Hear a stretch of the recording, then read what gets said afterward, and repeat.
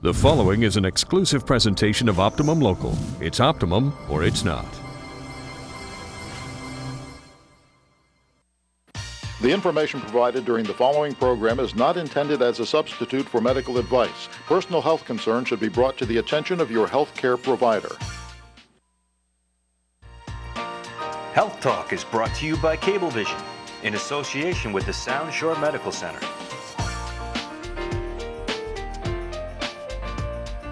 Your hosts are Pat Pingatori, a registered nurse and director of the hospital's community relations,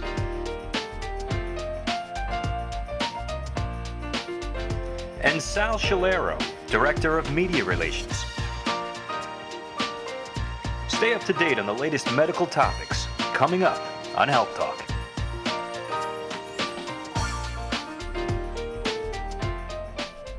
Welcome to Health Talk. I'm Pat Pingatori.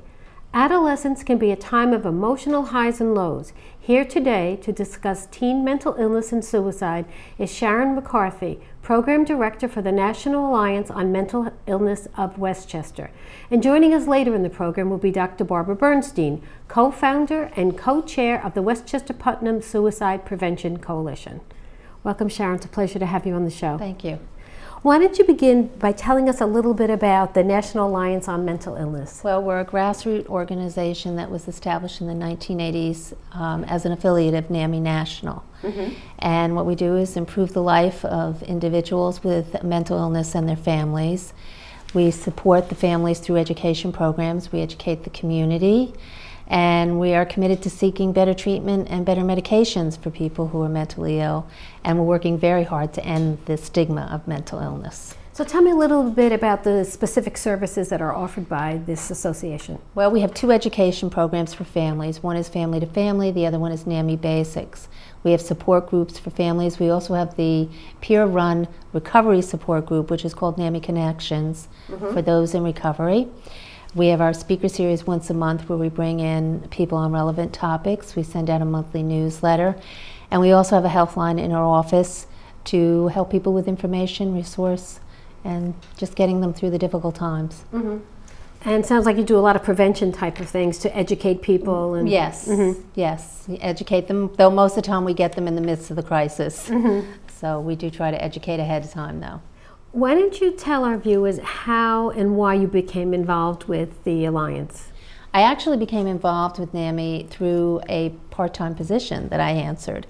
At the time, my daughter had depression. She had been diagnosed in high school, and she was in college, and I happened to be working there, and her symptoms started to escalate. And through what I was learning and talking to NAMI, we began to realize that maybe this was more than just depression.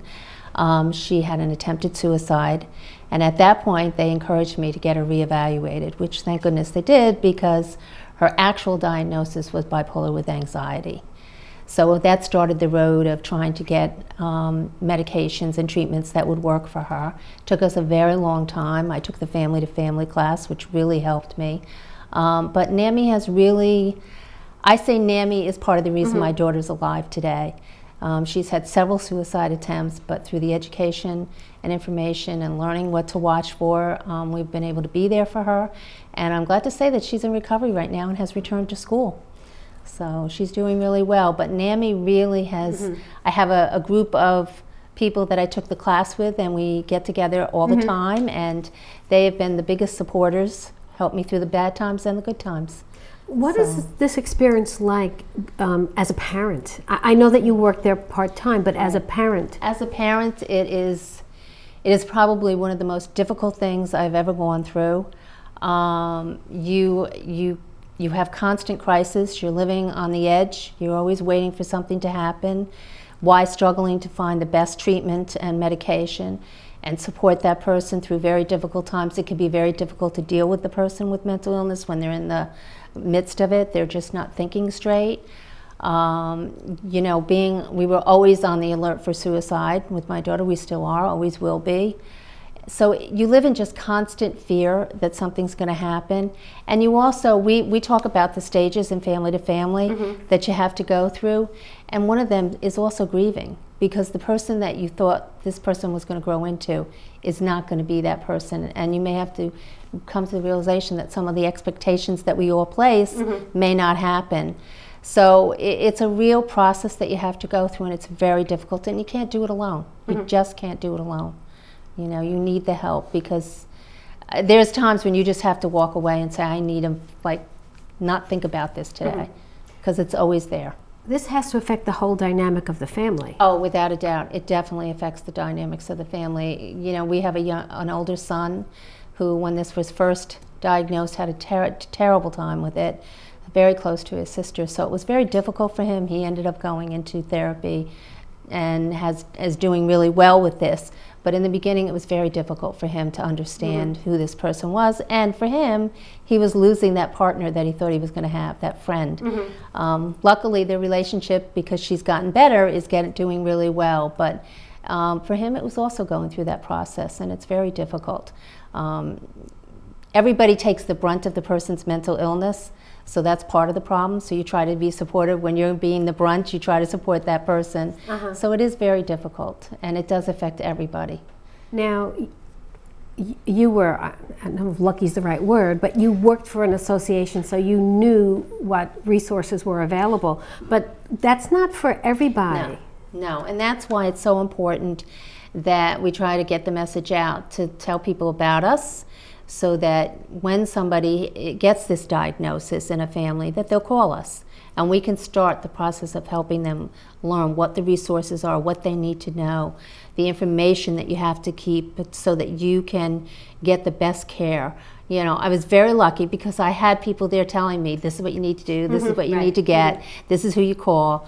You know, very, very lucky, and that's what we try to do, and that's what the family-to-family class really does for families, is give them the information, and also to teach them how to communicate and problem solve, because it's very difficult. You don't know what to do, you don't want to make the illness worse, but you also don't want that person not to become the person they can become, because you're allowing them to manipulate you. So you have to learn a lot of things to get through to dealing with somebody with a mental illness. And you need the support, more than anything, the support of other family members, so you know you're not the only one who's ever gone through this. That's very important. So this will be a lifelong process for you. It is a lifelong. It's a chronic illness, so you live with it forever. If you're lucky, you're in recovery, but you always know that there are the chances of relapses, and you have to hope that when those relapses happen, that they can get into a hospital and get stable quick enough. And it's an education for the person with the mental illness too. You know, they need to know. They need to know what they have to do. So you know, while you're trying to educate yourself, you're helping them get educated. But it's there forever, and that's why it's so important to not only educate your immediate family, but everybody outside your family as well. Your friends, your brothers, your sisters. Everybody needs to know what we're dealing with, so that they all can help, you know, and they can all understand. So because it is a lifelong thing. You know, even cousins need to know, because when my daughter has a relapse years from now when we're not here, they need to know what's happening so they can get in there and help her. Did you have people saying to you, oh, it's just normal adolescence, or, you know, kids act up? And I definitely did, because it was mother and daughter. Definitely. Everybody was telling me this is a typical mother and daughter, including my own husband for a time, until he finally saw, no, you're right, this is way beyond just mother and daughter. So it really was more me saying, and my husband, our gut feeling that this just wasn't normal, that really pushed us to take her to a psychiatrist and get her checked. And, you know, luckily we did, because at the time when we took her in, the psychiatrist, after meeting with her for 5 minutes, told us she was suicidal and had to be hospitalized. Nothing either one of us realized. After that, we learned what to look for. So we know now, you know, the preventative methods to look for suicide and what to watch for. But prior to that, I wouldn't have known. And we found out all kinds of things. She was cutting.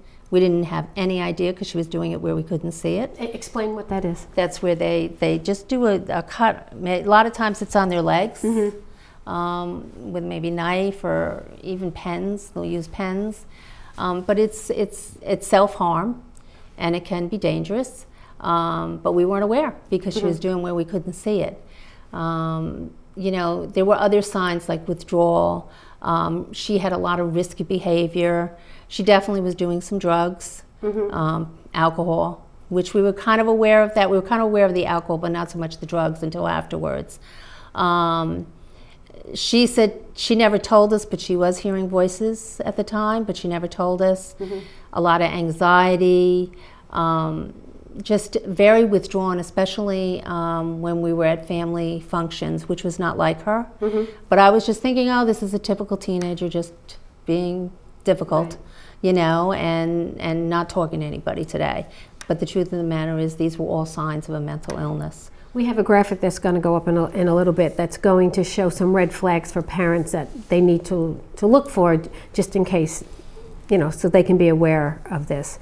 The graphic's up now. Let's take a look at that. I think you went through most of those changes in behaviors.